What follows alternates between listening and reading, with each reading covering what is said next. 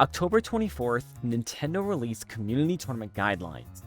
These were put into place to help individual organizers run community tournaments specifically to how Nintendo wants them operating. This day was considered Doomsday for the Mario Kart, Splatoon, and Super Smash Bros. Communities. These are the largest competitive scenes from games produced by Nintendo that have continuously grown through the years.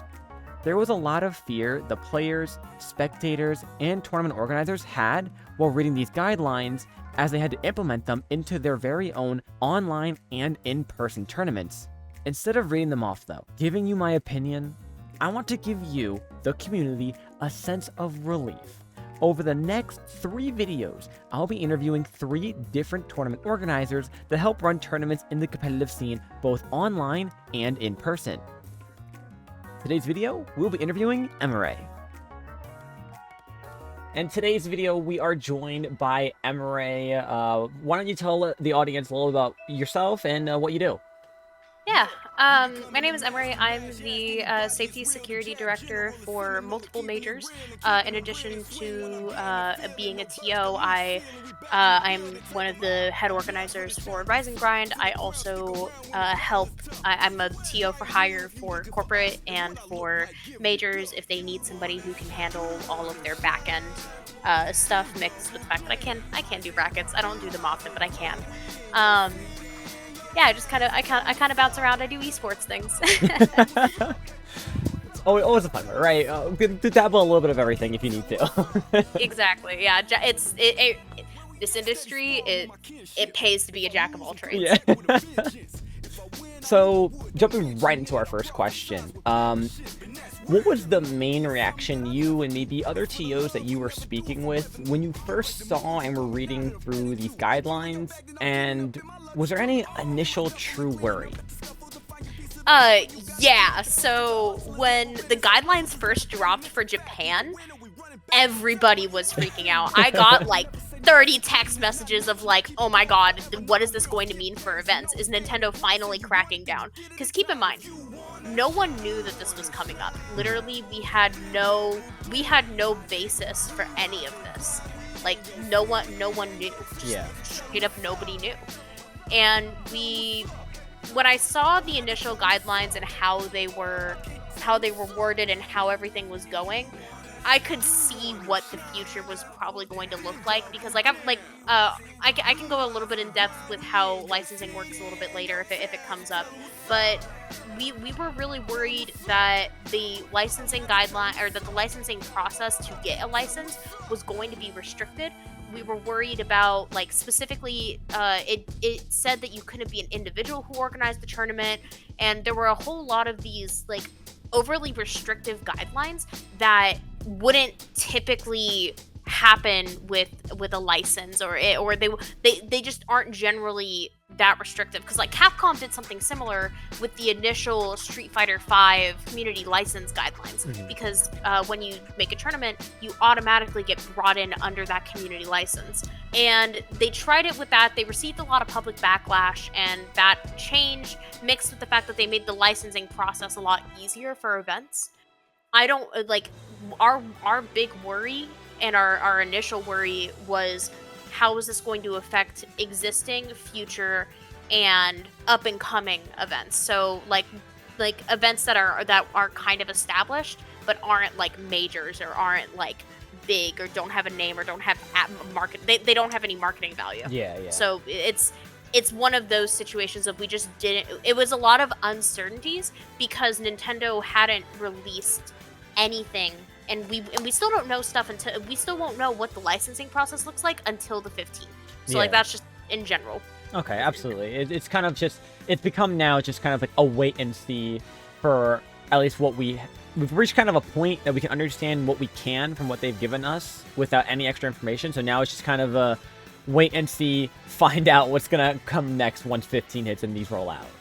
Pretty much. And again, there's a lot of rumor, or like not necessarily rumors. We've seen some of these rollouts already in not North America. Yeah. We've seen a rollout in Japan where an event got licensed overnight, and for 10 separate like events, like just under that organizer. I don't know if that organizer has a company. I don't know what the deal is.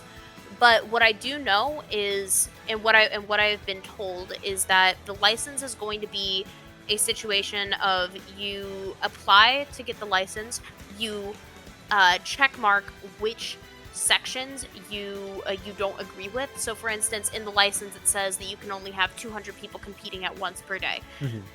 You can be like, I need more than this. I need to be able to have like 1,000. I need to have 2,000. I need to have 500. You can go in and negotiate those terms, is what we have been told. I'm not going to confirm whether or not that is correct because we just don't. We won't know until the 15th if that's going to work for NA, because NA is such a different culture than like Japan. Yeah. Or Europe. But we do know that that is the process over there right now. Okay, awesome. So we have, in a sense, not expectation, but kind of an idea of what we could expect, but not 100%. Pretty much. We won't know everything for certain, but at least we have some inkling of what's going to happen. Just rolling into our next question. So from the Splatoon community side, we had a large handful of our tournament organizers from varying orgs hop into a call, talk things through, read over these guidelines together. On your side of things, did you guys do the same? Did you kind of have that, like, hey, we all should just kind of get together, talk about this, read through these things, just get a better understanding? Kind of. So Smash doesn't. A lot of TOs, it's really hard to get them all in one place at once because Smash, we don't have a lot of the same resources that a lot of other scenes do. So a lot of us have day jobs. A lot of us have lives that we have to get to, and we do a lot of this in our free time. Yeah. But like we have the Lumarank Discord where we talk. I just got added to that because I typically don't get involved in these conversations unless they affect events that I'm actively working on. Yeah. But I know like a lot of the big TOs were in a lot of calls about it. With each other, to my knowledge, yes, it was with each other, with people who they could get answers from. Also, potentially, yes, I don't entirely know about all of those types of conversations, but I do know that they happen. In regards to clarifying the guidelines, the reality is that Smash, because of the way that Nintendo has shut down a lot of what we've already done, which, I mean, is understandable when you look at stuff on the long term. Like, in the long term, you've seen what Nintendo's done, but in the end, there's not much you can do. It's their IP.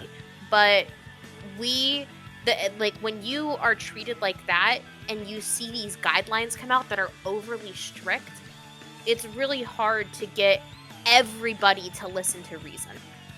Because even TOs were freaking out about, is my event going to happen? Like that's a really big reality that a lot of us had to face was, are our events going to happen right now? And instead of people taking it logically, a lot of us freaked out, and rightfully so. Like they were very strict. They were very scary guidelines. But I don't think that but I realistically don't see them being as much of a detriment. And I wish that, because my whole take on everything was, no matter what clarification I need to keep my mouth shut right now. Because I need to wait and see how things pan out. A lot of TOs, some of them did do that, and some of them didn't. And it added, like, we deal with players who, I guess in my eyes, I see them as monkey see, monkey do. These players, they go to all of these events. They have their favorite TO. They have the person that they look up to be like, hey, I need this handled so that way I can keep playing my game. And when those TOs freak out, players start freaking out. So I think overall, like, Splatoon, I think, had a better response than what Smash did, but Smash also reacted because they've been slighted so many times.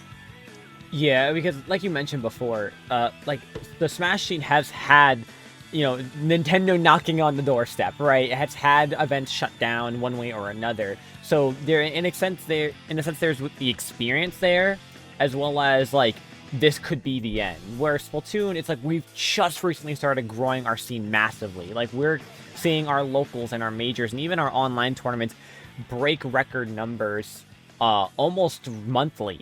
So, I think it was an understandable reaction from both parties how drastically different they were because of the experiences that they've had in the past with their previous events.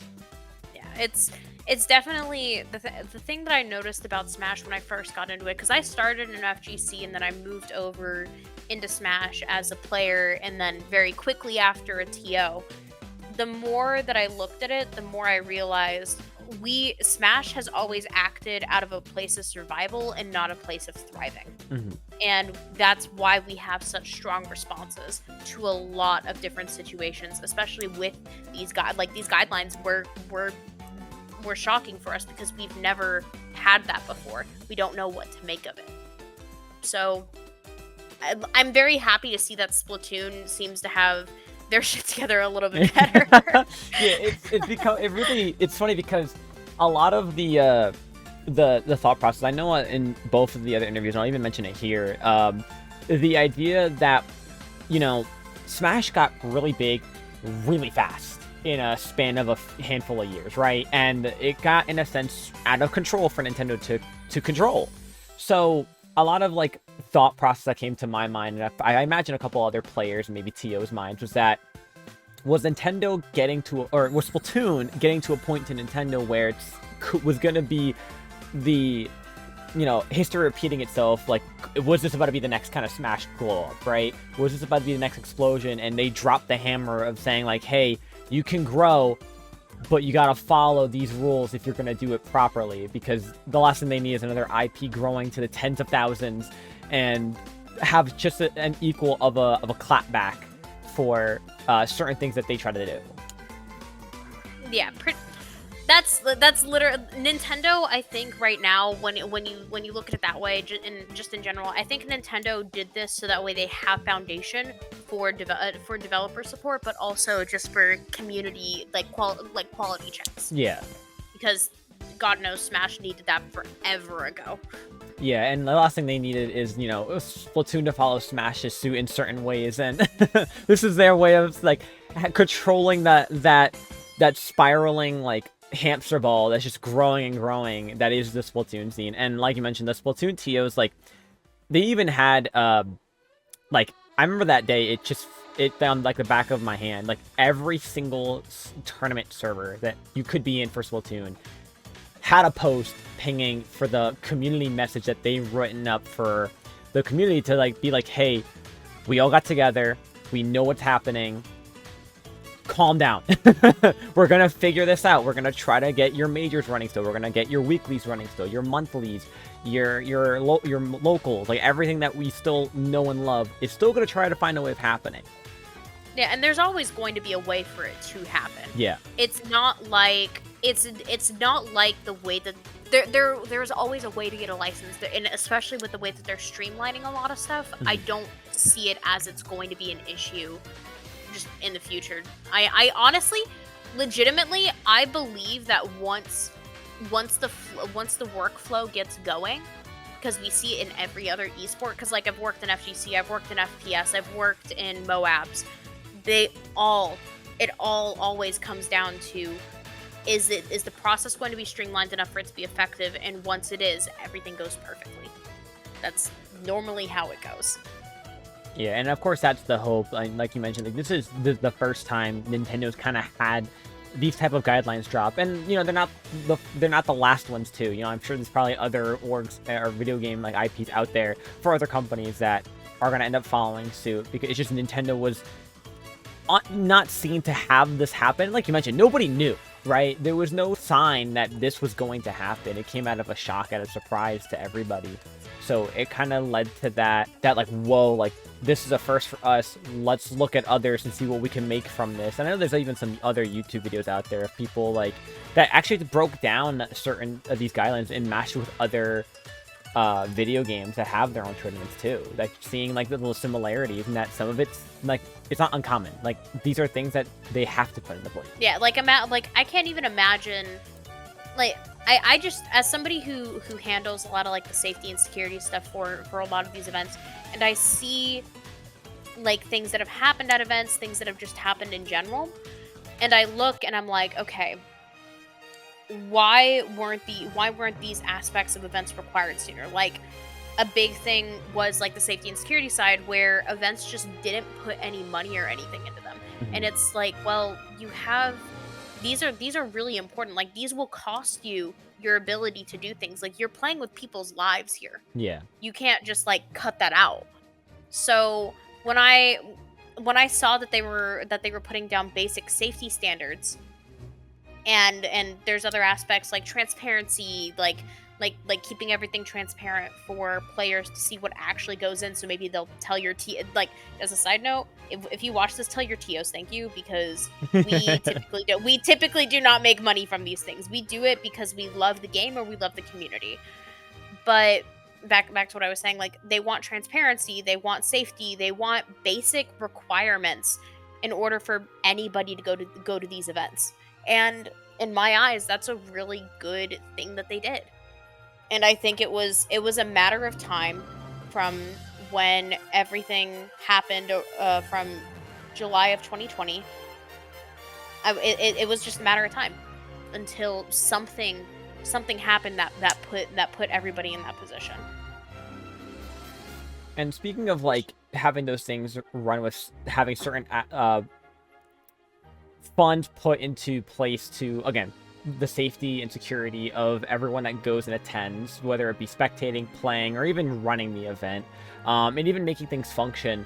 I know there's a lot of things in these guidelines that had people worried that their favorite online tournament was going to get shut down. The local they go to every month is going to get shut down. Majors like Riptide, LTC, soon to be Genesis in February, could get shut down. So, one of the questions I have is, was there anything in these guidelines that worried you for that aspect, right? Is there anything that these guidelines put a damper on those online or in-person events that are like, kind of like, we might have to think about things differently now? Yes, but also, just because you brought up a couple events, to be very, very clear, Genesis and a bunch of these larger majors, they are good. We are not losing them. I believe Genesis actually put out a post saying that we are still happening.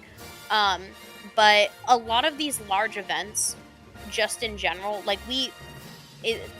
let's just say that a lot of people talk, and a lot of people, when you get to the level of like Genesis, or if you're established enough as like any of the T-Lock events, you can talk to somebody and you'll get an answer. Those majors are run by people who legitimately understand how these types of things work. Mm-hmm. And because of that, just in general, you already have an unfair advantage because, well, not unfair, like you know how to communicate with Nintendo, you know how to communicate with certain people in order to make sure that your event happens. I can confirm that a lot of those events are going to be okay. They are like, nothing is in danger of being shut down unless there is something like happening that none of us know about. Like, let's say that a big event, and I'm not saying at all that this is true, but let's say like LTC, like one of the LTCs, or like, I'll use RNG as an example. Let's say RNG had, like, Rise and Grind had a bunch of stuff happen, and Nintendo came to us and said, fix it or else. If we didn't fix it, then that's on us. Yeah. Then we shouldn't be hosting if we're not going to listen to the IP's owners. I'm not going to say anything specific about events because I'm not. There's obviously a lot that I don't think should be. Like I have my own personal opinion about it. I just don't know what a lot of that back end looks like for certain types of events. But I know from what I do know, that is the type of situation that we look at is, okay, as long as we fix whatever's happening, we'll be able to do it. But second, and to go back to the actual question, there are a lot of like individual things in the guidelines that do worry us. So, I am somebody who is big for transparency. I legitimately believe in releasing as much as humanly possible because I believe information is the key to everything in this world. Education and understanding and learning is just super important, and critical thinking about these types of situations. Obviously, you're not going to get that with every player because, like, players, they go to tournaments, they're in vacation mode, they want to go have fun. Yeah. But with the guidelines, especially for like it the guidelines, the things that really worried us were sponsorships, because you weren't able to have a sponsorship that gave goods, money, or services. Mhm. You had to release all of your financials, which normally I would be super for. But the issue is that a major's finances, when you get into a major, you're looking at like a $200,000-$300,000 bill. When you look at that breakdown and you release that out to the public, like it's not any different than like investor reports for like a major corporation. Like you can go like a big organization right now in Smash is Luminosity. Luminosity's parent company is publicly traded. Yeah. So you can go and look at all of their financials. It's available out there on the web for you to just look into. But it's a lot of information, and the way that it's meant to be confusing, because they don't want regular people to be able to look at this and be like, well, here's here's all of this data that and with a lot of big words, and it's hard for anybody who doesn't have a business degree to understand. Yeah. And that when you get into like that $300,000, even the $1 to $300,000 like bill range where you're releasing all of your financials on it, it can get to be a lot. We were also worried about the fact that an individual was not allowed to host a commercial tournament, which is really bad, because a lot of us are coming together as individuals. We're not coming together as we're not coming together as like a company or as an entity. We're coming together as just a bunch of people who want to put on a video game event. Yeah. Those guidelines basically say you cannot host anything that could even remotely make you money. We were worried about the size limitations, where only 200 people per day could compete. A lot of people use modded controllers, so using a modded GameCube controller, I have to play on a Snackbox controller because of the way that my hands are. Mm-hmm. I won't be able to play at events anymore. That was a worry in our head. There was just so much in the guidelines that was so restrictive that it made it difficult for a lot of organizers to see that it was not all doom and gloom. A lot of the answer that like a lot of people kept jumping back to and trying to solve for some of these problems, right, was the idea of the licenses. That a license could allow you to raise your cap, allow to run certain events larger than you were limited to, and kind of bend some of those guidelines that were put into place. So this kind of leads us to the next question, is that, do you know if you or any other TOs that you might be familiar with are going to try to apply for those licenses, whether that's online events or in-person events, just to help their events that break those 200 to 300 limit of players entering, so they can keep functioning without, a knock on the door from Nintendo? So, as it stands, for every event that I am involved in at that capacity, we are planning on applying for a license. Because at this point now, with what I will say is, I don't want to jeopardize any, because like I've worked hard to work with the majors that I work with on that level, specifically Rise and Grind, but I put my all into everything, and I don't want to see that go away because of some guidelines. I'd rather just go through the process, listen to the people who own the right to the IPs, and just do whatever needs to happen. I see a lot of other events doing it as well. In addition to the fact, I can speak personally on getting a license when there's strict community guidelines, because we did that for Street Fighter 6 at Rise and Grind. We were I think the second Smash event to get a Capcom license, and we were right now, we were one of the only people who was allowed to announce it. Like we went through like a 3-week approval process just to get the graphic approved for us to announce that we were licensed by Capcom. It is a very extensive process, but if you go with it, it pays off. The guidelines that are on like the community license for Street Fighter they're not drastically different, but they're kind of drastically different from what's on the official license. And I have a very sneaking suspicion that we are going to see that with the Nintendo license as well. because there are a lot of things that we need to be able to operate, like, just that simple. So if getting that license means we have to change up how we do certain things, or we need to put more money into certain departments, so on and so forth, then that's just what needs to happen. And if it can't happen, well, sucks to suck for me, I guess. Like, I can't, like, I'm sorry I can't host my video game tournament. Yeah, and again, it's not like you should fight against that, right? They were kind enough, one, to give you the license and try to make things work the best to your ability. And if it can't happen, it can't happen. There has to be a level of understanding from all sides when looking at these events that, like, it's no one's fault. It's how it happened. Yep. And I think that's going to be a major point, I think, coming up here soon. Once November 15th hits, I am expecting a very large amount of backlash from certain communities or certain people, because I am worried that once the guidelines once the forum drops, I am worried about I am worried about a lot of misinformation, and I am worried about a lot of people pointing the finger at somebody when, like, this is just how a lot of things have to happen. It's unfortunate, but there's not. What are we gonna do? Fight against Nintendo?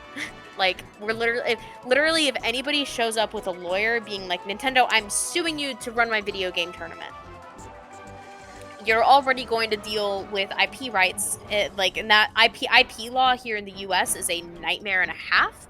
Yeah. But Nintendo will quite literally bury you in paperwork. Yeah. Like, their lawyer team is as big as, like, I don't think it's actually as big as our tournaments. I always make that comparison, but, like, Nintendo and these big companies, they hire bulldog lawyers to be able to crush the little guys. Like, if like any little guy that comes up, even if the company is in the wrong, I'm not saying Nintendo is, I'm not claiming anything like that, but regardless of who tries to go up against them, you're going to get buried in paperwork. You're going to waste all your resources just going after a legal battle just to host a video game tournament.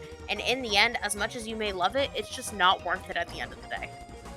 Unless you're a Smashy Bros TO who has, like, a $500,000 per year job and you can afford to do that, Yeah. have at it. like you do you, bestie. Feel free. But, like, me, somebody who works like a $40,000-$50,000 per year job, I can't afford that type of stuff. I can't afford to fight back. So I'd rather just go along with the process and just try to fit in with those guidelines so I can put on the things that I enjoy, because that's what I care about more. Yeah, and like you mentioned about the 15th, right? That's for those who are watching who maybe skipped that little detail, when you load it onto the Nintendo's page in the top right corner, the guidelines officially drop November 15th, and that's when, hopefully, for NA and I think EU and even AU, the link for the form to apply for these licenses will drop. That's the hope. Japan has already opened. Japan has already opened. Yeah. EU has not. And actually, I think EU's might be coming out the 10th. I could be incorrect about that though. I'll look. But I know for a fact that at minimum NA is coming out on that 15th. Yeah. I know a lot of the fingers being pointed, and a lot of the uproar is going to come after the 15th, right? When people try to see what tournaments are going to get approved, which ones won't, how easy the process is going to be, right? Because, like, we were discussing this before we started the interview, but there's no telling how easy it's going to be for NA or EU or anyone else to get these licenses like it is in Japan, because the atmosphere and the communities for both regions are just for the majority of the regions are so vastly different. It's also there's just a culture difference in general. It's like, obviously, like, here we can't like in the US, like gambling is not as big of a deal here as it is in, like, Japan, where it's the end all be all of, like, oh, gambling's bad, oh, this, that, and the other. Like, the culture difference between all of them, it's insane. Okay, yeah, so it also opens up on the 15th for the UK as well. Okay, so it seems to be unanimous that at least there, that for at least the NA and EU, the 15th is the confirmed day that we will have these forms drop for us to apply for our tournaments and lands and locals to these licenses. Yeah. I also, like, the reality is, and this is something that I've noticed, I legitimately do not believe that, like, again, this is given the fact that majors do what they're supposed to do. Majors, I don't think will be an issue because, again, if TOs listen and they follow the process, I think everything will be okay. I do not think locals will be targeted. Like, just straight up. Online events, if they get more than, like, 100 people, I do think that online events will get probably targeted a little bit more. But I realistically do not believe that there will be any issues for anyone as long as they follow the process. Yeah, and, you know, we kind of already grazed over the topic, and this was kind of one of the next questions. One of the last few questions that I had was that the fear from the players and spectators, right? Should they have that fear that their favorite tournaments or tournaments they love playing and are watching are going to be shut down or not run anymore, or in a sense, be ran differently?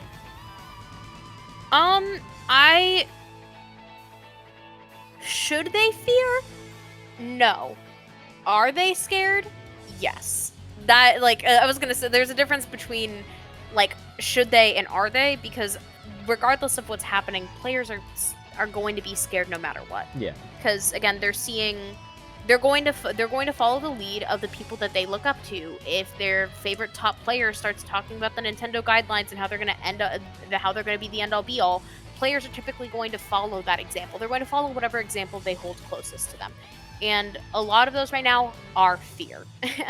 So now that I'm looking at, now that I'm kind of in this position of I know generally what's going on, I will say players, spectators should not be scared right now, because organizers who care and will put in the work and effort and money into making sure that their events can happen, those events are probably going to happen.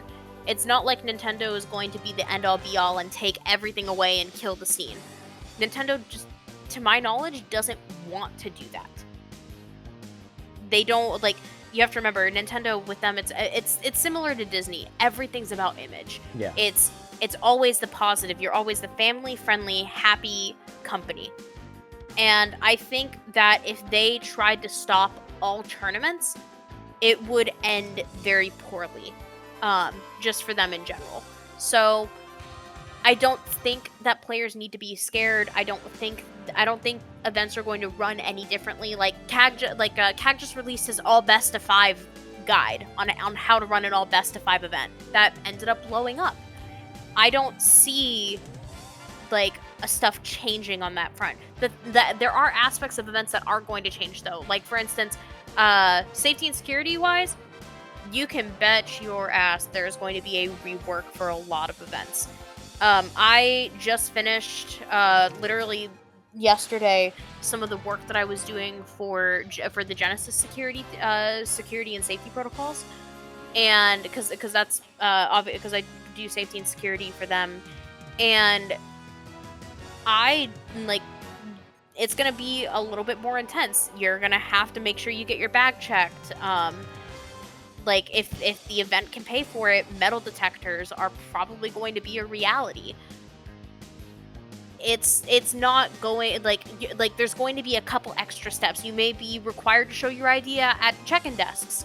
You may see a little bit of a layout difference. You may realize a couple broadcasting differences, but nothing in the way of how tournaments are played, I don't think are going to be an issue. I don't think that your bracket experience is going to be different. I don't think your competitive experience is going to be different. You'll still be able to go play friendlies. You'll still be able to go be a part of an arcade. Like, you can do all of that. Like, it's not like that stuff is going to change. It's just there's going to be aspects of the event that I don't think are directly related to bracket that are going to be, they're going to have a different enough change to where they're noticeable. And you'll probably get some people complaining about it. Like, I always have people complain about bag checks. Like, it's typically, if you're complaining about keeping everybody safe, then you have something that you shouldn't have. Yeah. So I really don't care about your opinion at that point. and that's warranted. And I think, you know, like they don't understand like the true state, because like they get into that mindset of I want to come in, I want to play my game, and I just want to talk to people and get the scene, right? They don't realize that the point of these bag checks, of these check-ins, of the precautions that are put into to keep not only them safe but everyone around them as well, because at the end of the day, safety is #1 priority. And if we can't have a safe event, we can't have an event at all. Exactly. This is the way that I like to put it is, when you came to play your game, you came to have fun. You paid $1,000 to go to this major somewhere. The reality is that if you can't be safe, and if you don't have the basic understanding, then you shouldn't be attending those events. Mm-hmm. Because when you play with safety, you're not playing a game. You are playing with everybody around you. You're playing with people's lives get ruined because of Smash Bros. Mm-hmm. Like, we saw it all in July of 2020. Some people's lives were legitimately ruined because of everything that had come out. And it's not just a game when you get to conduct. It's not a game when you get to safety. You risk everything. Like, if something, okay, let's just a bare bone example. So I have confiscated weapons from events before. Often. It is not an uncommon occurrence. How these people manage to travel with these weapons, I have no idea.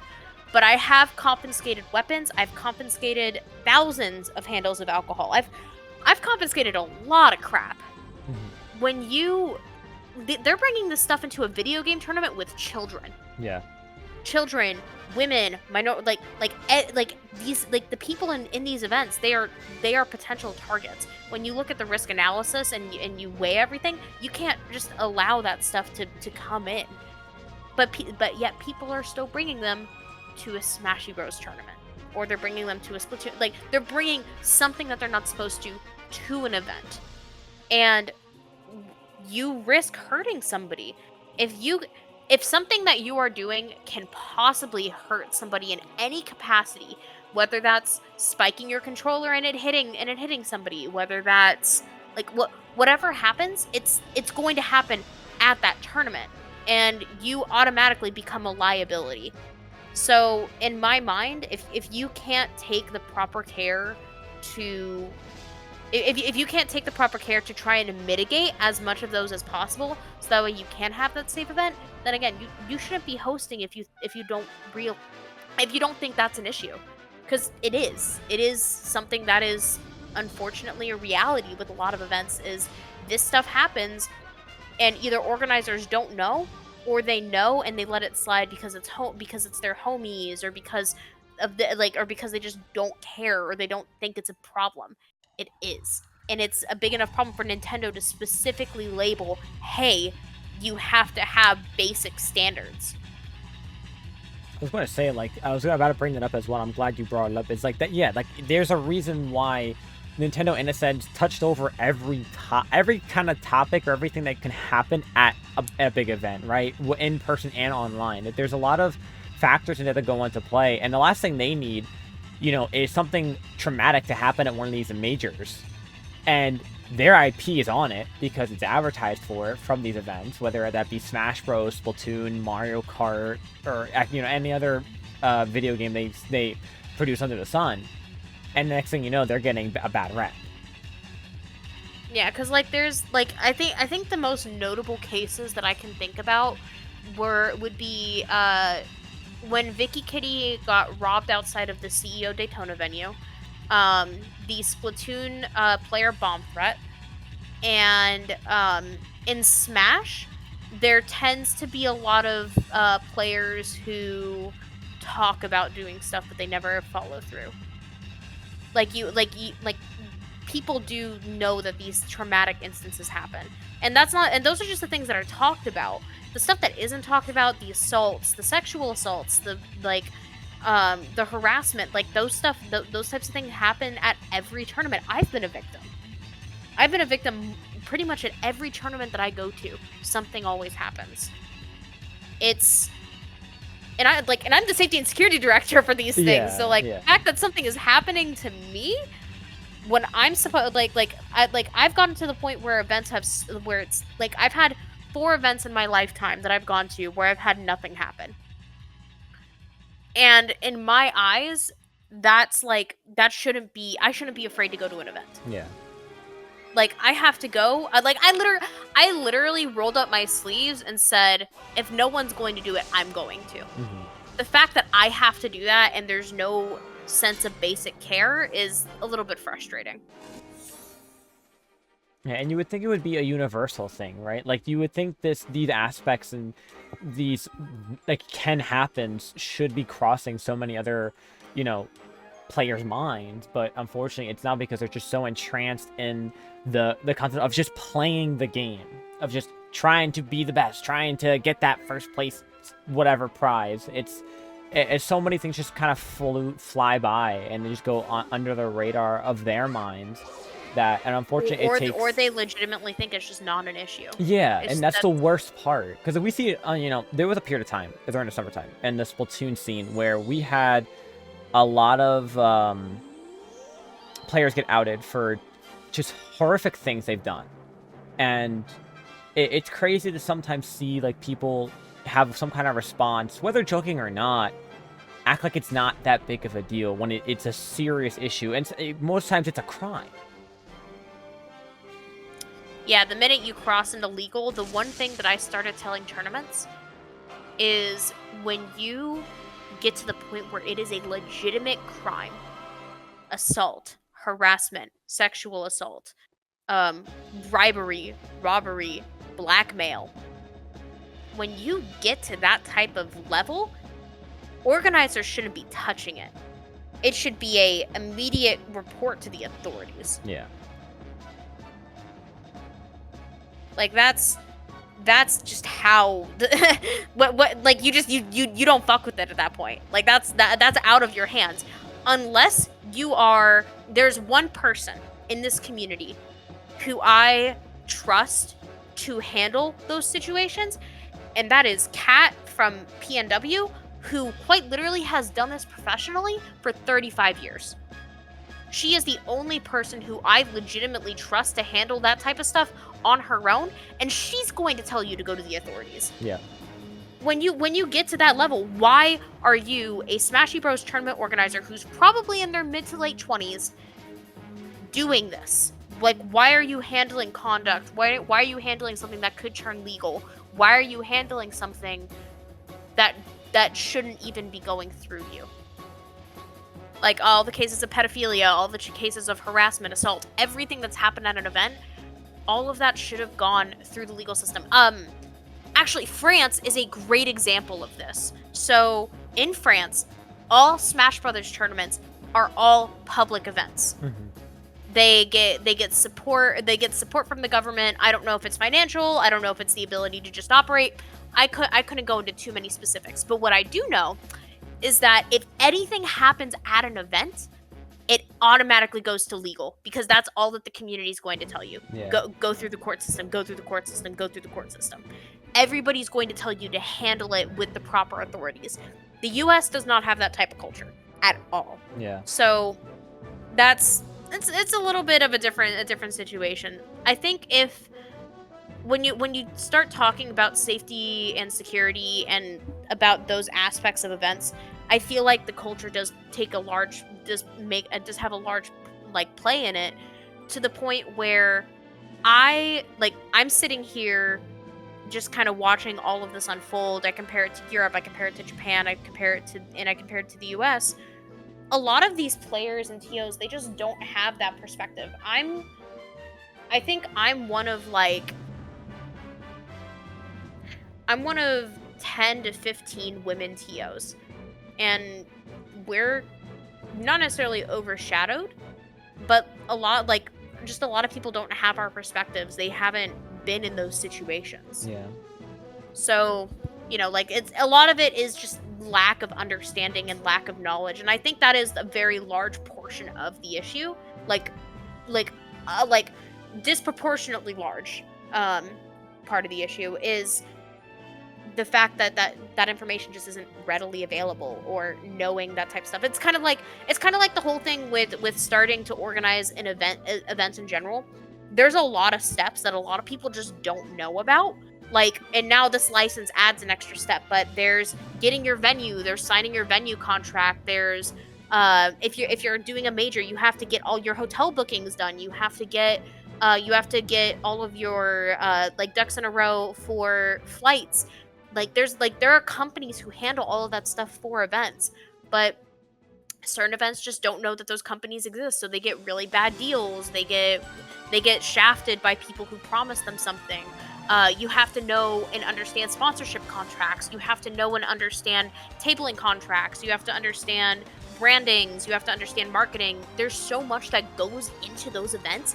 It is legitimately like starting a company. Yeah. And I think if that information was more accessible to everyone, I think it would be a very different situation. And I think that we would not be having these types of talks of, should we be afraid of anything happening, or can we actually do this? I think those talks would transition into, hey, let's get the information needed in order for us to do this, and then we'll pull in the right people to talk to us about it.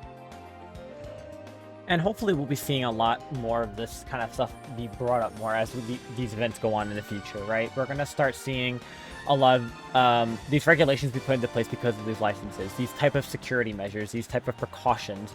And it's going to, one, probably cause a lot of conversation to come up, both on social media and in person, about, you know, the lengths that have to be taken, but it's for good reason. And hopefully it will help bring to light a lot of the information and topics that should already have been known by so many types of players and spectators that just kind of before went to these events, you know, carefree at like a table with somebody with a flashlight checking their bag and telling them they're good. Well, and even then, back checks, that's a whole separate conversation of how they should be done, because like you shouldn't be having volunteers do them. They need to be done by like qualified people who know what to look for. Yeah, there's just so many aspects to these events that nobody ever thinks about until you get somebody who's like me, who specializes in everything non-bracket related.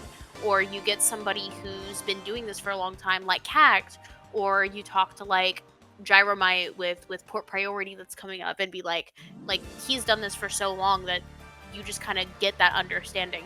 Genesis has all of this stuff down pat because they've done it for so long.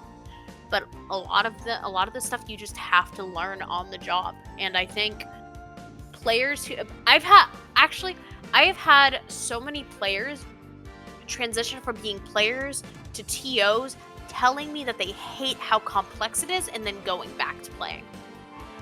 That is a very common occurrence. Yeah, and hopefully, you know, like I mentioned, there's more clarity and less of like complaints to doing what they have to do coming up. You know, that's always the hope. I will always complain about some of the stuff that I do, because some of these players make me want to pull my hair out. Reasonably so. Like, after everything because I'm typically the person who handles a lot more on the conduct side, not as much, but if something gets really messy, I'm typically contacted at some point or another to try and help whatever situation it is. I will say that the stuff that this community has put me through has sent me to... I have had to get therapy for some of the stuff that this community has put me through. Mm-hmm. And a lot of organizers, it is a lot for a lot of people. And, you know, TOs are kind of just expected to just kind of know what to do in these situations. The reality is a lot of us didn't. It took me, because obviously my generalized, my day job before I got into more esports was I was into OSHA and safety. I have a background in that. I grew up around it. Both of my parents are engineers in safety. My mom comes to events with me as a safety engineer, mm-hmm. because she understands everything about the event and about that aspect. it's just kind of, like, I at least am qualified to do some of it. There are TOs who just do this just for shits and giggles, who don't know how to handle a lot of this stuff. So, I'm hopefully with the guidelines being released, hopefully with the guidelines being released and the process being dropped soon, I hope will open up a lot of doors for a lot of people when it comes to resources. Like right now, a big thing that a project that I've been working on is I have been putting together a safety program for events that is going to be incredibly low cost, and you can certify each of your people, or each, like, whether that's your team, so that's going to be like your volunteers, your staff, even the head organizers themselves, so the organizers have that information and they have that knowledge of, hey, this is good to go, and it offloads some of that responsibility and hassle and worry. Like, that's just something that, like, I've worked on to try to make events easier for me and for everybody else around me. I don't know, and CAG's TO guides of how to run brackets, how to organize a major from the ground up. That type of stuff has helped a lot of people, and I think it will get better as things go, as we move on down this process of now with these processes opening up for you to apply for a license and for everything else. I think it would really just benefit. I think in the end it's going to benefit everybody. And I think that's the most important thing, right? And that was the biggest, original first thought was that, and that's a change. Let me rephrase. That's the change of sight we need to have, is that these guidelines aren't to ruin us. They're to help us. They're to help us move forward, both safely and in a proper manner that's not going to get out of control, not get out of hand, to make sure everyone's having a good time, a safe time, and we're going to move forward with our events regardless, just enjoying the game we love. Exactly. And again, it's not like, I will say that even if Nintendo is out to get everybody, everything's going to be all doom and gloom. No matter what happens, events like Genesis are going to be okay, because Genesis, they have their shit together. And if we really can't have anything, we're gonna go back to house tournaments. We will, one way or another, we will find some way to make this work. That's just how the community is. Even if Nintendo shuts everything down, players will still find a way to play. Like, they're gonna probably pull an FGC and go play in the trash can in the back.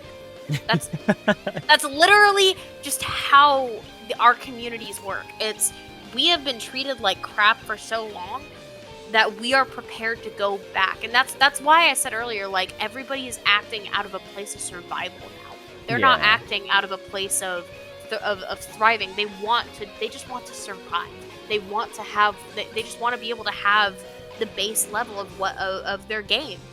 And I don't see a world where this is the case, but I understand why people think it is. I don't see it being an issue of going back to, our small grassroots tournaments where we just play in the back. That's what we're used to. FGC plays Melty Blood in the bathroom sink. Smashy Bros can set up I've literally seen people set up monitors on trash cans. I've seen people set up monitors in alleys.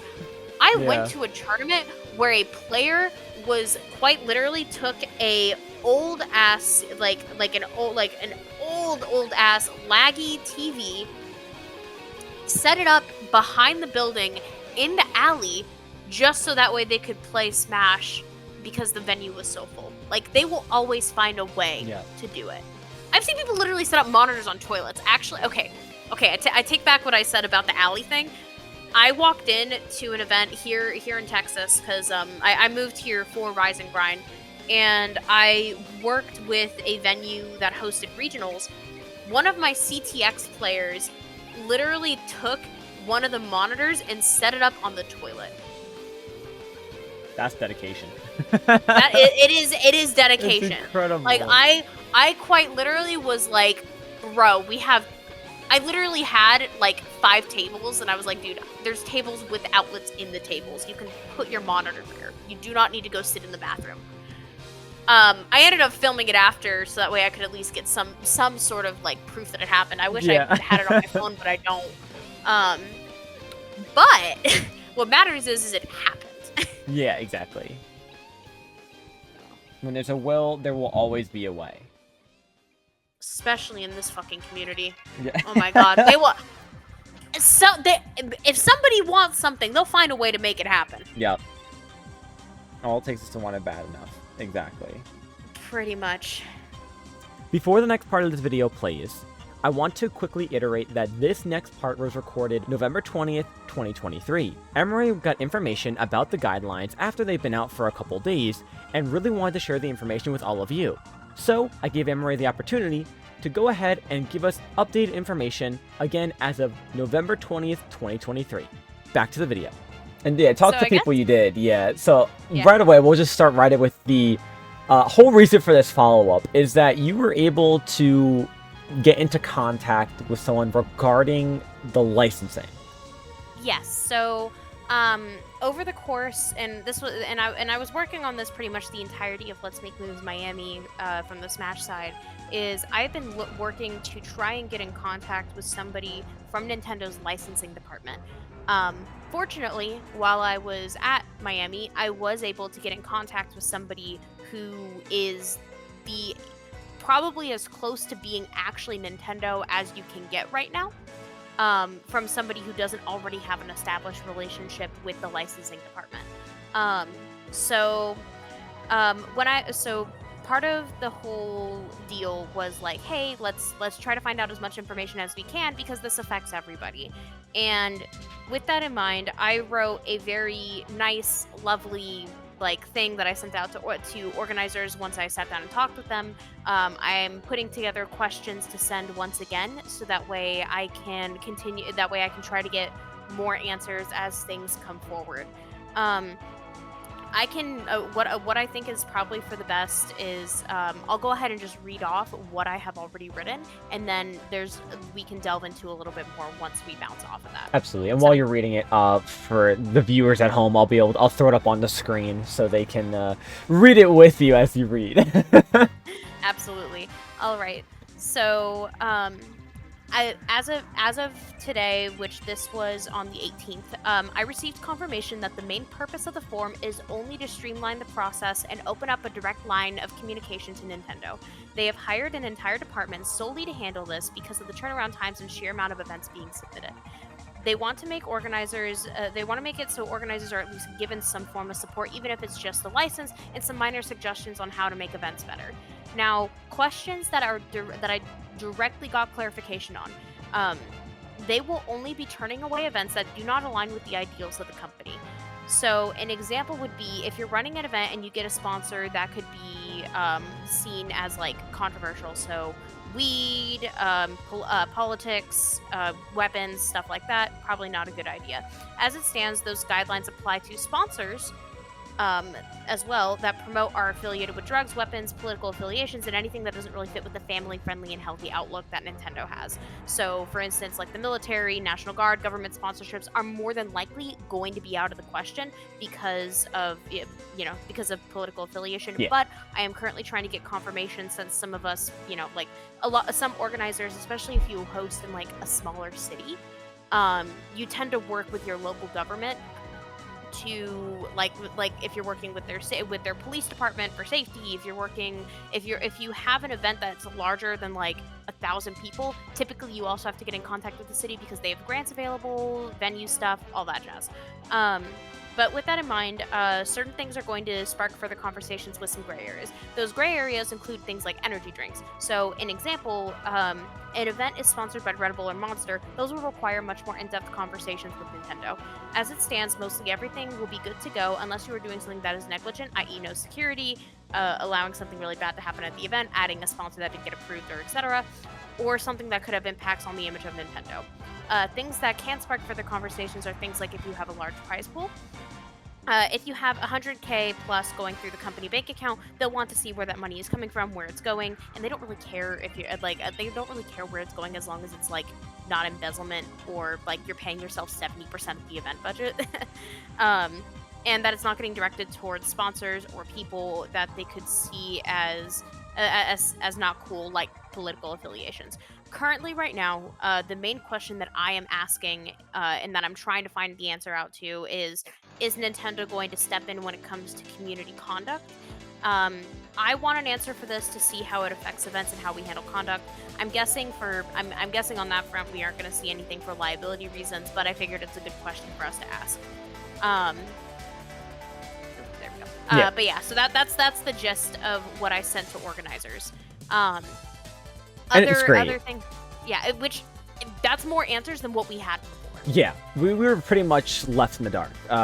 We had pretty much no information. We kind of just were given these guidelines, and it was just pretty much fan speculation at this point. What's it going to mean? What's going to happen? We just have to kind of like do our thing and try to abide to these guidelines and hope for the best. Yeah. I will say as well, like, currently as of today, so today's the 20th, we're at around 5 p.m. Almost every event that has applied so far has gotten a license. And granted, these are more like regionals and locals and stuff like that, but we have not seen we haven't seen any events get turned down, and that's with applying for exceptions. So on the actual license form, it's like, hey, do you want to apply to certain exceptions for this rule and this rule and this rule and this rule? And if there are any rules that aren't listed in the checkboxes that you would like to negotiate on, please place your reasoning here and what you want to change. They've made it very easy for you to come in and basically just not rewrite the license, because that at all should not be happening. Nintendo's legal department is going to do Nintendo's legal things. Yeah. But I will say that they did make it a lot easier for you to communicate. Granted, as long as you communicate well. Like, to be clear, don't put like don't be typing in like text like IDK and stuff like that. Yeah, have some sense of professionalism. Yeah. But given that in mind, it's honestly, this was a lot better than I think what we were expecting, and it's turned out pretty positive for a lot of people. Yeah, I think the main thing I quickly want to hit on is two things. One, the turnaround time, and two, the games available for licenses. Because I know the biggest thing, at least for the Smash community, what I've seen, was Melee done for, right? And then you go ahead and look on the licensing page, and there it is in great text saying that you can apply for a license for Melee, which is incredible. And like, I know the turnaround time, like you said, like people have been applying the beginning of licenses, which I think is incredible how fast they are getting them. Because I know that was one big speculation, right? Is that NA might be NA, it might be months of a turnaround time, and we've had this link open to apply for like what, almost a week, and we're getting them within that time span. Like, it's incredible. Yeah, we are definitely in a much better position. So the fastest turnaround time that I have seen so far was 7 hours. Wow, that's fast. And granted, that was for a regional and a set of weeklies. So I think they got the license for like 10 weeklies. That's awesome. However, I will say, no matter what happens, if you are an organizer and you have more than, I want to say, like $1,000 to $2,000 going through your bank account every month because of this, you should be getting a business. You should not be organizing these as an individual. Because you risk being turned down for not being able to manage your budget properly, not being able to show transparency, and because you're technically doing things under the table, or it could be viewed as that. And plus, once you delve into running esports as a business and just having like an LLC, a lot of stuff becomes available, like business loans. If you really want to go that far and you really want to push it big, I don't recommend it, but you can. In addition to the fact that like you have a business bank account, tax write-offs, like you can figure something out with it. So from one organizer to any others who watch this, just get a business. Like, file for an LLC. It's like $200. I promise it's worth it. Yeah, it's gonna save the headaches, it'll save the trouble. You're gonna be on the good graces of Nintendo as well when you do apply for licenses. And everything else under the sun to run events. Like, it's gonna be a much simpler, better, and happier time for everybody involved. Yes. I will say as well, so when we take a look at like the games and stuff, because just to touch back on that, I remember reading through, and I'm laughing at the fact that they added Ring Fit Adventure. I saw that. I give them like- props for like the diversity in games, but that is so funny. Like, yeah, like there's like certain types of stuff like 1-2 Switch, Clubhouse games, like those are like Ring Fit Adventure, like that type of stuff is just interesting to me. Like it's interesting to me to see because I'm like, there's no way. But so the one thing that I will know, because I have certain mixed feelings about this, not necessarily mixed feelings, more like I'm trying to put this together. So 60. So we have Smash 64, Brawl, Melee, and Ultimate all available on the NA application. But the one thing that I noticed is that Melee is required to be run on the GameCube, which is a massive problem, like massive, because there's no way for you to get that many copies of the game. Yeah, no. Like if I'm guessing, this is what I'm guessing. So realistically, if you are like, listen, I literally cannot run on GameCubes, I have to run on Wii's, you'll probably have to start a conversation with Nintendo and being like, we need to figure something out. Are you gonna be able to give us GameCube copies? They probably won't, because Nintendo's probably going to end their job or their position at, we gave you the license. Yeah. For obvious liability reasons. But hopefully there will be a workaround. We'll see what happens with events that run Melee. And there will probably be a lot of like exceptions that are probably going to have to be done. Which honestly is fine. Not much more you could do. Yeah, it's just the fact that they gave that as an option for the license is amazing enough, right? I mean, it's almost in a sense, what more can you ask for? I mean, I'm looking at the list now. I mean, seeing Super Mario Maker 2 on here, it's just making me laugh. But again, like they gave you such a variety, especially from most common titles to some that honestly probably have never been for an event to run large enough that would need to be a license, but it's there anyway, which is incredible. Hey, at least they're diversifying, which yeah, is good. Like, exactly. I mean, it's nice because now you can hold casual community licenses, not community licenses. You can hold casual community tournaments, like stuff at like maybe not a community college, but maybe you just want to put something together for a bunch of casual gamers to get together at a game shop. Yeah. And stuff like that. Like this does give you that ability to, which is really, really nice.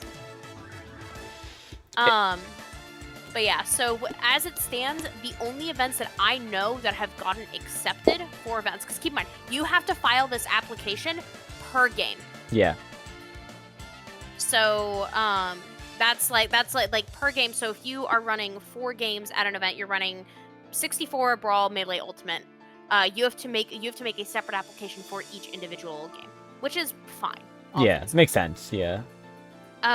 So we'll see what happens. I've only heard of people applying for Ultimate. I have not heard anything specifically about Melee yet. So that's going to be, I just because I don't have any personal experience. And in all fairness, I don't work as much with Melee. I definitely am more Ultimate focused. But it, it's nice to know that it's an option for us. Exactly. There's still hope in that. And like for the Splatoon side of things, I haven't seen anything yet that of any organizers getting the Splatoon 3 licenses, but I'm sure they probably have. I will, obviously I'll put up on screen or put it in the description if they have gotten their licenses, and just I just wasn't made aware of it, just so those watching have the sense of clarity that yes, we are getting them. Most likely we will, considering that most already getting their licenses in general. I can't see that most of them will get turned down, especially since how most of these events are run, both online and in person. Like online, most of them don't even run a sponsorship, besides just, hey, if you subscribe to our Twitch channel, helps us get, the funds to keep production going, so be it. Yeah, I have a couple like thoughts on the license itself on that front, but also like I'll wait for those for a little bit.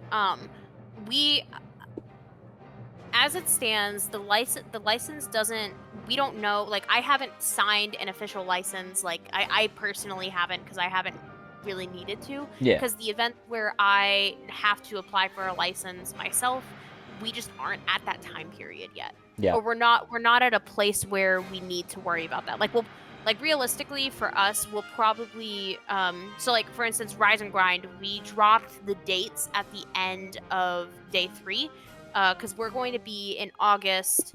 We're going to be in August next year, specifically August 16 through 18. So for us, we're like, okay, we're not going to apply until probably towards the end of December. But yeah, like we aren't planning on putting in our like we haven't dropped registration. We haven't done like an official announcement, but we definitely dropped the dates. And we are not planning on like we'll probably do it towards the end of December. Our goal is to do it by Christmas, but we also want to see where everybody's at, and then once we know where everybody's at, I think we'll be able to make a better decision overall. That's awesome. I'm trying to look at here at the message you said to see what the next topic we can hop on to is.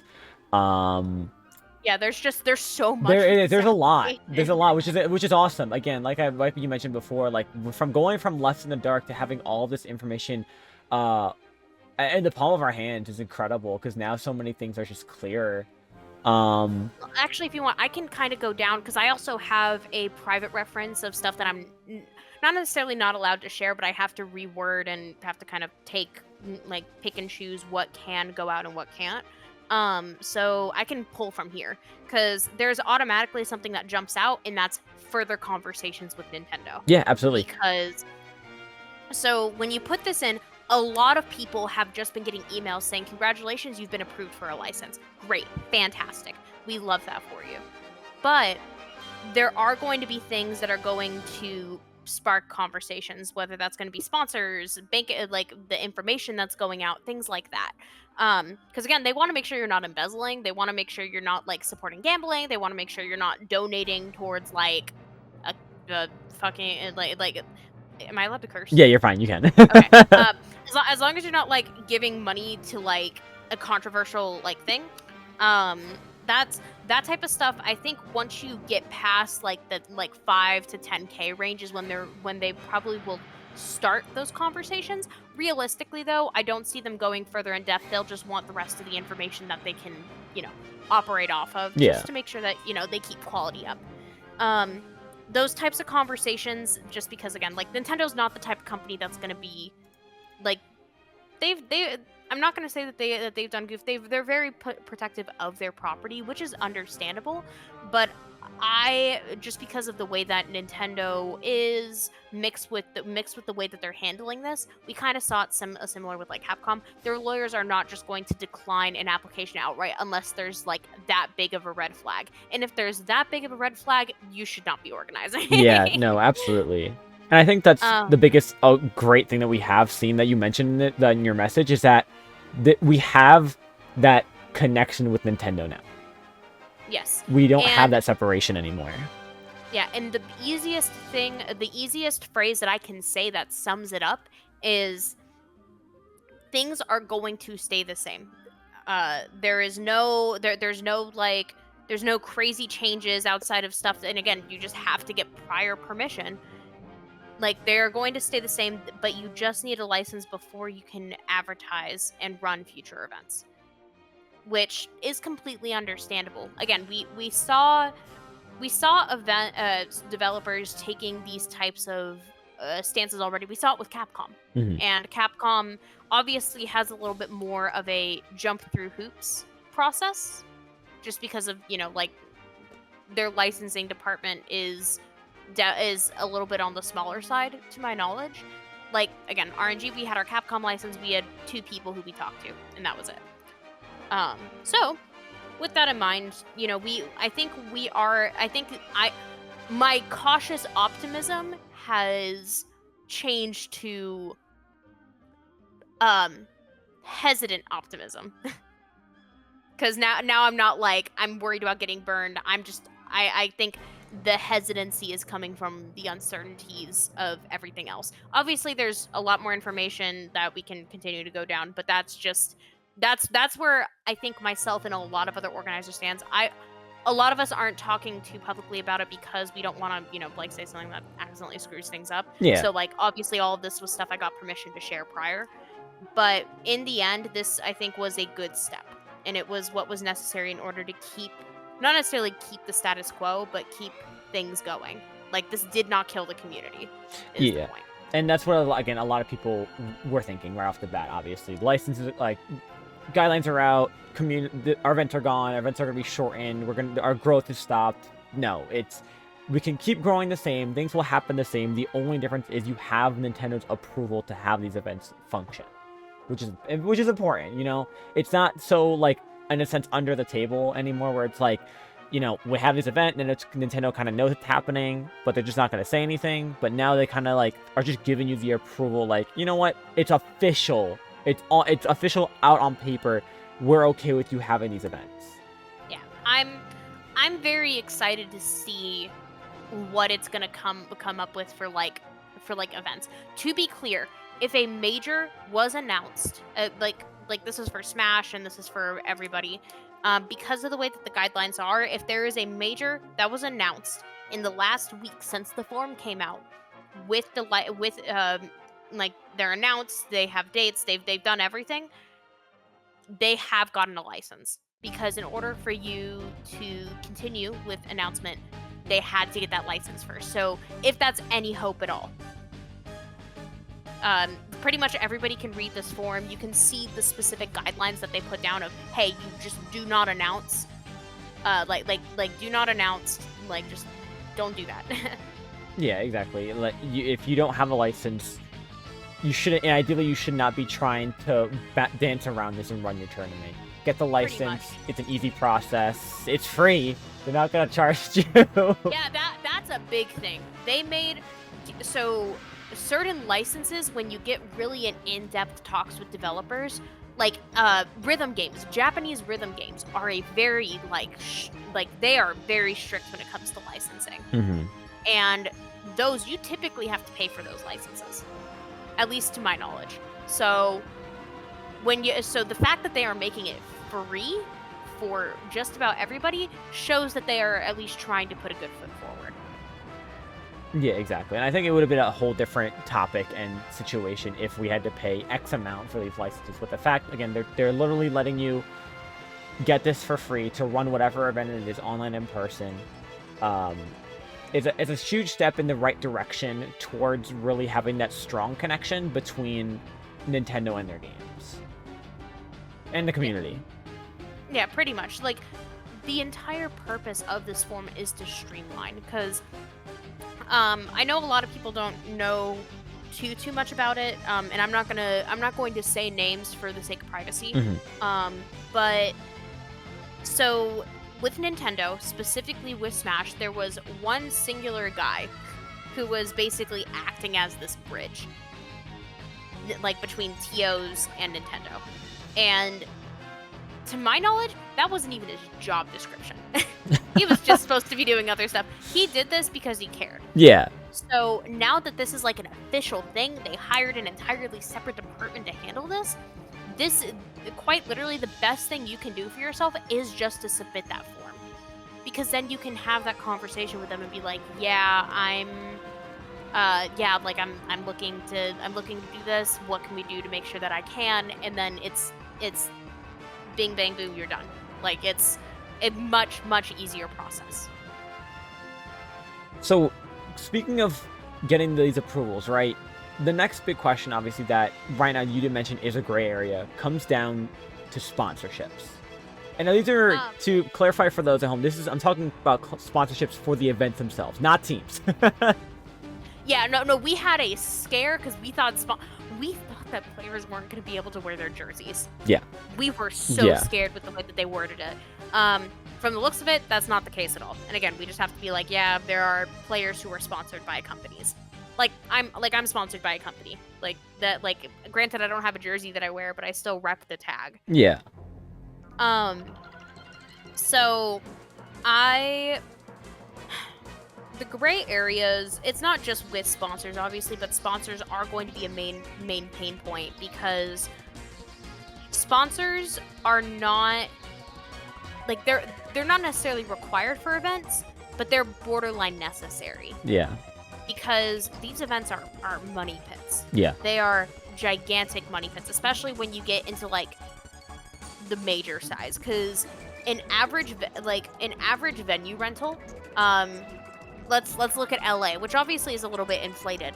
A venue that you can use in LA is for, I want to say, like 1,000 people. You're going to pay a minimum of $15K a day just for the keys. That doesn't include internet, that doesn't include anything. If you follow Jabali, looked at some of his tweets of how much it costs for him to run CEO in Orlando, or like Orlando pricing, or like, it's why they're in Daytona. Because if they were to go and run in Orlando or go and run anywhere else, it's expensive.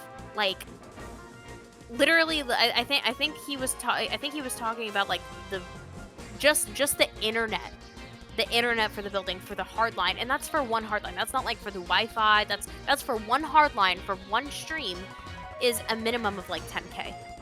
It's an insanely expensive venture. Yeah. And it's why I'm like, whatever you do, get a company, LLC it, because you can figure out ways to either write that off or figure out ways to work with it. Like, it's that simple. Like, just do it. I promise. It will make your life easier. Find a tax guy, talk with them. They will help you. Yeah.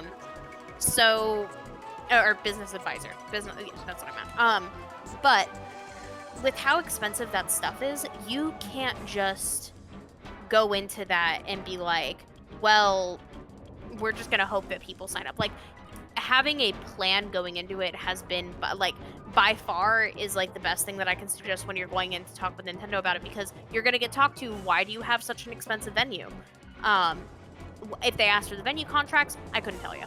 But they just straight up, we do not.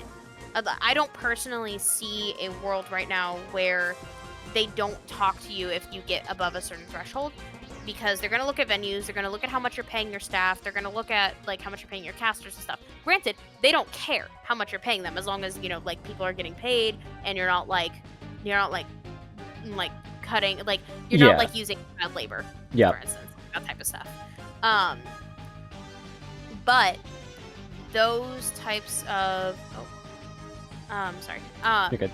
those types of situations are, I don't think are going to be an issue. We're going to see conversations pop up because of finances. We're going to see them pop up because of sponsors. Because, again, obviously, certain sponsors aren't going to be allowed. Certain are. You'll probably see conversations pop up that require more in-depth conversations with certain staffing. If, like, for instance, if you're paying like 50% of your event budget to a production company, they're going to want to know that kind of deal. I think a lot of it is going to end up coming down to transparency as well. Like, how open are you going to be with, like, your finances and with everything on the back end and who's involved? Because, again, the more you try to hide things, the less good it's going to go. Yeah, it comes down to just having that honesty and just saying, like, you know what, this is where our funds are going, this is why we need these sponsorships. The more open you are, and, you know, for all we know, obviously we haven't had any of these major events that have sponsorships happen yet. So there's still a lot that we're in the dark of. For all we know, and of course this is, again, just putting this out there, this is speculation. For all we know, Nintendo could have a list of sponsorships ready. That is very, like, if I don't know if Nintendo is going to connect people like that unless they're, you know, like, larger events. Yeah. Like I could see them maybe doing that with, like, Genesis. Yeah. But I don't know if they'll do that for your average major. Yeah, and if anything, like, I'm sure over time we'll find out. We will eventually find out which sponsorships Nintendo's okay with having. It's just going to come down to a lot of trial and error in a sense. It's before, probably months before events are announced or planned to go. Like, they're going to be applying for licenses now. I know the last Low Tide City was just announced, so I'm sure they're on their way of trying to figure out what sponsorships Nintendo will and will not approve for them to run that event. Yeah, and Nintendo, I know, like, just so everybody knows, Nintendo does see everything. Yeah, they have eyes. They have eyes, and they are not afraid to use them. So, with that in mind, those types of, like, obviously be careful with what you do, but, like, be aware, because they see everything, they also, I guarantee you, will probably have a list of people that they will not work with after the fact. So if you watch, like, I don't know, I'm trying to think of the best, like, example. Like,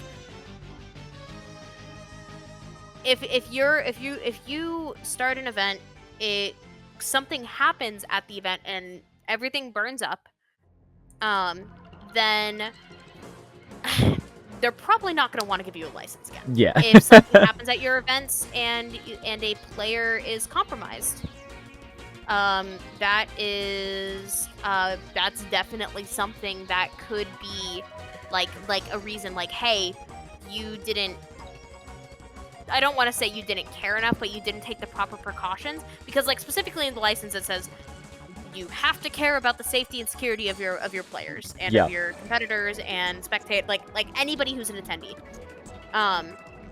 I could see them probably stepping in with something like that and revoking, because if an organizer does something without permission of Nintendo, the license gives them that ability to be like, haha, so peace, have fun not hosting. Yeah, you pretty much get blacklisted. They reserve the right to do that, and they will more than likely probably blacklist after the fact. Yeah. But again, we have no confirmation of that. There's no like that at that point it's speculation. But I have a very sneaking suspicion that that's the way this is gonna go. Yeah, and I mean it makes sense. Obviously, like it's gonna. I mean, I think honestly, as messed up as it sounds, I think it's preferred that it's done this way, because it's a lot better than, hey, yeah, that event you love going to every, like, March, April, May, yeah, that's not happening anymore for the rest of time. Instead, it's like, one person, you messed up, the eyes are a lot, sharper now towards that event and moving forward with it, but for that specific, area, if something does, bad does go down, they'll know that one event may just be, blacklisted, but others are safe. It's just, again, it takes one mistake for the eyes to get reddened. Yes, exactly. So, it's not going to. I'm not going to say that you are under a microscope or anything, because I don't see that being the case. But what I will say is, you want to be careful. Like, put in the basic amounts of precaution.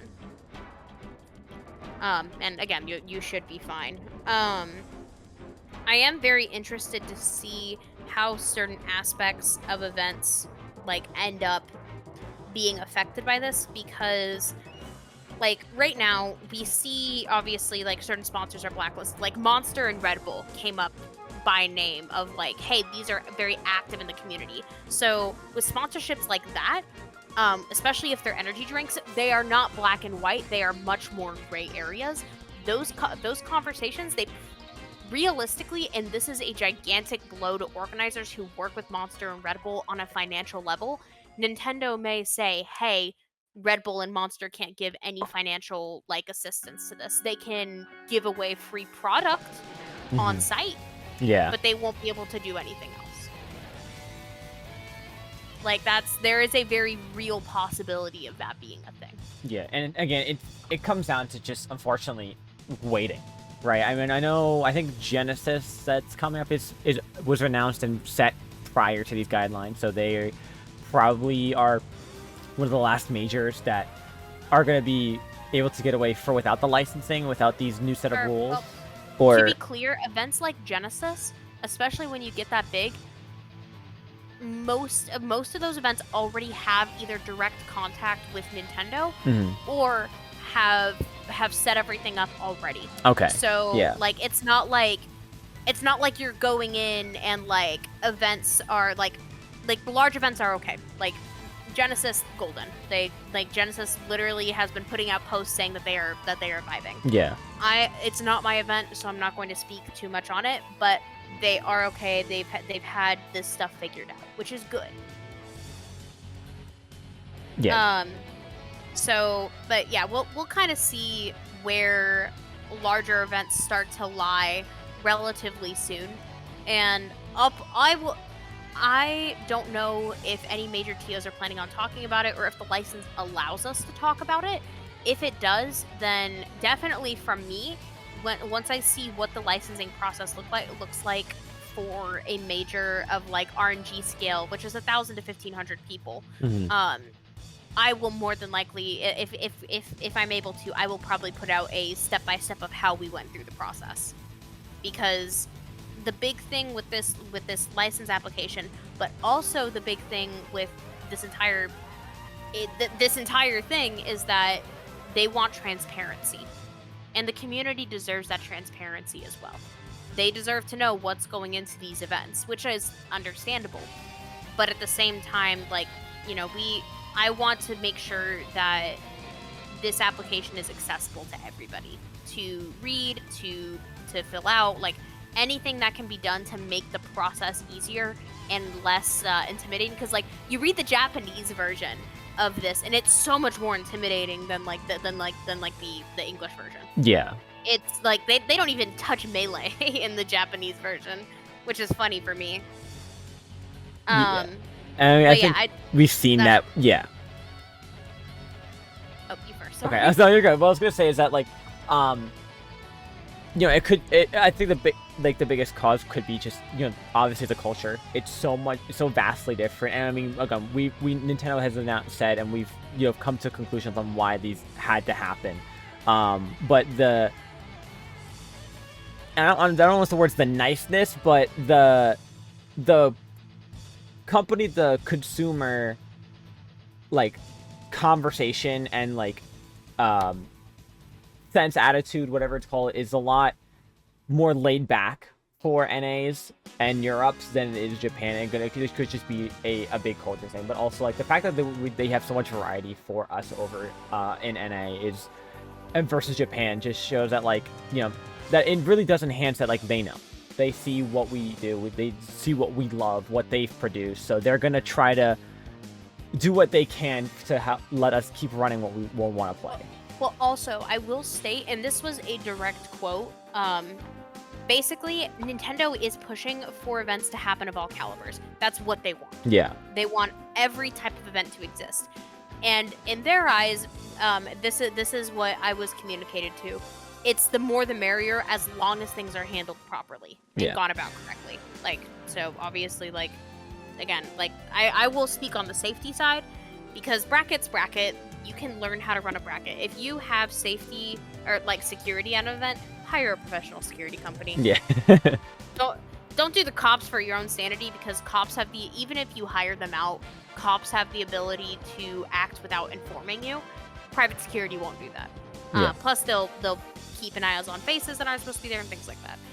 But because of the approach that I think Nintendo is taking, the fact that they're like, hey, we want to see as many as possible, like that by itself is enough for me to be like, yes, I'm here. I love that. Yeah. I will say that a goal with Nintendo that I definitely have been noticing, and they make it pretty clear with how they're doing this, they are trying to become a lot more approachable. Mm-hmm. And they're trying to become a lot more accessible to everybody who does want to try and run a tournament. So this is a step in that right direction. I will say that. I'm glad you said that, because for the longest time, it felt they were unreachable. You know, like, I know I forget what event it was in the past 2 years, but they did have, like, reps come out and do interviews for players. I think it was the Big House 10. They had reps come out with, like, a full, like on-the-go recording equipment, lighting, you name it, and they were interviewing certain players for both Splatoon and Smash side of the event. And the fact that they are making themselves known that, like, you know, we hear you, we see you, we're trying to make it so you can contact us in a very specific way. And I'm glad they even went as far. I mean, it was probably expected, but the fact that they made an entire team dedicated just for licensing and that can be contacted with this stuff is great. Yeah, we're definitely seeing, again, there's steps in the right direction. Granted, I don't think any, like, community relations are, like, this stuff isn't going to get fixed overnight. Oh, yeah. No. But this is a very big step in the right direction. Yeah, and we can only hope it stays this way from here, as long as everything keeps running smoothly, without any issues or problems. And again, as long as everyone is transparent with Nintendo, which is what they want, and they will most likely be transparent back with us, as long as we're just up and open about the way we're running these events, what we're having, you know, go on, whether that's sponsorships, the security, the attendees, the prize pools, you know, you name it. Yeah, staffing, venue costs, internet. Yeah. Like everything under the sun. Yeah, anything that goes in your budget sheet. Yeah. So, I will say, like I have nothing else. I have no other information that I'm able to talk to. So what I've said over the last 45 minutes is what I am allowed to say from who I've spoken to. After the fact, like, so just me personally, I am always a big fan of transparency. I am a big fan of making sure that everything is out in the open for everybody. Given that, you know, it's not like it's not gonna ruin if you have a budget, if you're having a very large amount of money going through, you should make those types of things public. Like, that's what big publicly traded companies have to do. Like, they have investor reports. Like, even Luminosity, who we're seeing getting involved in the space, their finances are out for everybody to see. Yep. And they are a very good read if you have the brain capacity to read through that many numbers. But it's on Enthusiast Gaming's website under their financials section. Would very strongly recommend you read them, and any other, like, especially like if you have any questions on whether or not esports, like, companies or TOs, if they're publicly traded, that stuff is going to be available. So definitely read through them if you have, like, questions. It breaks down their business plans. It literally breaks down everything because they have to for their investors. But as it stands, this form, as somebody who's been speaking to everybody involved one way or another, this is that guidance, and I think the step necessary in order to get to a point where we can be transparent with the communities. We can, with the different, I say communities plural just because, like, we're talking with Splatoon and Smash specifically here, but I'm talking with, like, everybody. We're able to be like, hey, this is not a bad thing. This is honestly really good for us. Plus, it does look really good for, like, sponsors and stuff if you have, like, an official Nintendo licensed event. That is one thing I will say, is it does make things a little bit better and a little bit easier. But I don't know whether or not everybody else has that same viewpoint. I'm obviously very different because, again, like, with safety and security, while discretion is very important, I do firmly believe that a lot of issues that we have at events could be solved by taking these steps of having transparent and clear communication. I don't know, like, Nintendo, I think this bridges some of that gap, which honestly has me really hopeful. And we'll see things as like, we'll start to see the effects of them dropping this license starting here probably in December. And then as we keep going and moving on, we should be okay. Or, well, technically more January, but whatever. Yeah, we'll be getting there within the next handful, 2 to 3 months, as every TO that runs some kind of event that breaks the limit that they put in the guidelines will get these guidelines out. The license, yes, thank you. The license is out, and have the package of Nintendo pretty much. I mean, like you mentioned before with how sponsorships are going to look at it, they're going to see this as like Nintendo is acknowledging these events and they're okay with it. If anything, this could be more inviting for certain sponsorships, granted as long as they get approved by Nintendo. But the sponsorships are going to start moving towards a better direction now where we could see more. Yeah, I will say that a question that I am planning on asking is, after you get the license, what happens if I get another sponsor? Do you have to get that sponsor approved by Nintendo? Like that type of stuff is what I want to know. Okay, And I'll probably put, I think I sent that in my next like little list of questions that I had for my contact to be like, hey, can you ask these? But that is a big one that I'm waiting for an answer on. Yeah, because like, that begs the question, like, do you have to like reapply for that license? Are they gonna, have to, in a sense, void that previous one? I mean, it's off the top of my head, like, in my what's the word I'm looking for? Speculation would be probably to reapply, and they would have to void the previous license, just so, again, the transparency. But you don't know. For all we know, they could just edit it and be like, yeah, you're good, no, you're fine. Yeah, I definitely don't. I don't know what the end-all be-all is going to be at this point, and I'm excited to see it come out a little bit more. But we'll know more as things go on. That's literally all I can say now. But at least we were able to get some information. Yeah, absolutely. We'll get more soon, hopefully. Yeah, that's the hope. And if there's any more info that does come over time, I'll put whatever information I can, either that be via description, if you make any tweets or posts about it, or if anyone does, obviously let me know, and I'd love to link that somewhere, or of course spread it to whoever or wherever I can. With that being pretty much most of the information, or if not all the information that you were able to get, which huge thank you to giving all this information and being able to spread it. Is there anything else you'd like to end off by saying or covering that wasn't already?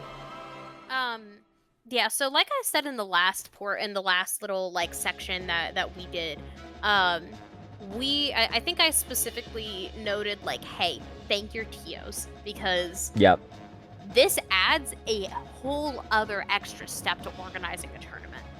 The people who put these on for you now have to go through the trouble of dealing with Nintendo themselves, which, just to be perfectly blunt, as somebody who works on majors, this is terrifying for me. And I don't do this for a living, but I do this for a very large portion of my career. Like, I've put a lot of time and work into events, and this adds a much larger step and a very large weight on some of these organizers' shoulders, because they now have very strict guidelines that have to be followed. Are they good guidelines? For the most part, yes. Yeah. But that doesn't change where, like, the stress and the anxiety that comes from once you press submit, are you going to get that license? Is something going to happen? So the next local that you go to, the next regional, the next major, if one of your TOs is helping with it, helping or running something, go buy them some food, go get them a coffee, go do something, because this, while it's not something that we need to be overly worried about, I will say that this is stressful for anybody who goes into this either with limited information, which a lot of people do only have that limited information, or like people who just don't understand the long-term process or the longevity of this whole application and licensing. Like, there's too many unknowns, there's too many things that we are stressed about personally. So please go thank your TOs, go buy them food, go try like show up to their tournaments pre-registered, like give them something to work with, so when they go to Nintendo they can be like, hey, we've gotten this in the past, we want to do more. Or they can go to sponsors and be like, hey, we want to fund our event, and they can go to good sponsors and not go to shady ones, because you pre-registers for events. That literally, pre-reg numbers make or break sponsorships for people. Like, I kid you not. I have had sponsorships walk out on me because pre-reg numbers weren't up high enough. So please sign up for your fucking tournaments on time. But other than that, I will say that, like, and this is the last thing that I want to end on. I like, because I'm a little worried about rambling. The one thing I will say that is the most important out of all of this is the Smash community, Splatoon community, anybody who's watching this that's affected by this license. This does get better. We are not in a doom and gloom state. We aren't in a position to where events are going to stop. This is not only a step in the right direction, I think it's an improvement. Smash, like, I'll say this about Smash, Splatoon, I know, like, the Splatoon community is fantastic. They've always been lovely to me, and I will always do my best to support them as well. So this does go out to them, but I'll specifically reference Smash here. The Smash community deserves better. We have been treated like crap for a very long time, and we've been in this weird position of we haven't been able to have something good. This is the first thing that might actually give us some legitimacy. We might be able to go up and have, similar conversations to that of people who go to, like, Brawlhalla tournaments or Street Fighter tournaments. This is a good thing for us. You just have to make sure to not abuse it or not burn it. So take with that what you will. I am always super open to answer questions. If you have questions for people and I can get them answered, I will also do my best to do that. Just please, please, please, please know that it gets better. Know that it is not all doom and gloom, and it will be okay. That sounds really cliche to say. No, but it's perfect. No, and you put it probably in the best way possible, because it is going to be okay. And, to speak for the side of Splatoon and even maybe a little bit of Mario Kart, because I know like they have a lot of their events, and unfortunately, I don't know anyone directly in that, but I know a lot of players from the Splatoon side that compete with Mario Kart as well, that, things are going to get better. We're going to keep improving. We just have to stick together and support each other through this. Smash supports Splatoon, Mario Kart Splatoon support Smash, support Mario Kart support. Everyone needs to support each other, because no matter, at the end of the day, we're all going through this at the same time. This is not like it's just all directed towards one game, one community. It's all of us together. So we need to remember that and do our best for ourselves and each other to make sure moving forward everyone has a good time. Nintendo's happy, we're happy, we get to have our events till the quote-unquote end of time. And yeah, speaking of thank yous, I want to give you, Emerae, a huge thank you for coming out and doing this interview. You shared so much helpful information for not just from the TO side, but even like the safety side of things as well, because there's so many things that players don't get to see or know about or even think about. So thank you so much for sharing your insight, and feel free to plug socials so people know where to find you, or if they will have any questions, if you even want them to ask questions, or you name it. Yeah, no, I'd rather people ask questions. And the reality is, once you get the safety side like handled, it opens up a lot of doors. Like, because a lot of major like corporations, like big corporate America, will not get involved in esports if they don't have those base level safety standards. Because their corporate events have like 100-man teams dedicated to making sure corporate events are safe. And they're going to expect that same treatment at something that they're putting their money into. But anyways, so yeah, I'm on Twitter at Emerae_GG. Everything that I post is about either safety or random little Genshin things, because I want to have a life too. If you have questions about anything, or if you really want to get into this, I will happily talk to anybody. I will sit you down and I will be like, hey, listen, like, this is, like, I'll be transparent with you about everything, so that way you don't sign up for something that you didn't want. So please ask questions, ask for help. Don't be afraid. Like, if you want to be a TO, you aren't in this alone. You have people who are willing to talk with you about it. So just talk to us, ask us questions, work with us, and we'll work with you. Once Yeah, again, that was. thank I you think. so I think much. that's a good plug. Absolutely, 100%. That's one of the better plugs I've ever heard in a while. So once again, thank you so much. I'll leave, of course, all of Emerae stuff down in the description if you want to follow and all that fun jazz. And thank you again, and that will do it for this interview. Awesome. Thank you so much. That's going to do it for this video. As I mentioned, this is one of 3 different interviews I had with tournament organizers. If there are any questions or concerns that you might have, feel free to leave a comment below. I'll be more than happy to try to give you an answer if there is one available for anything you might be worried about that wasn't clear in either these interviews or in the guidelines. See you in the next video.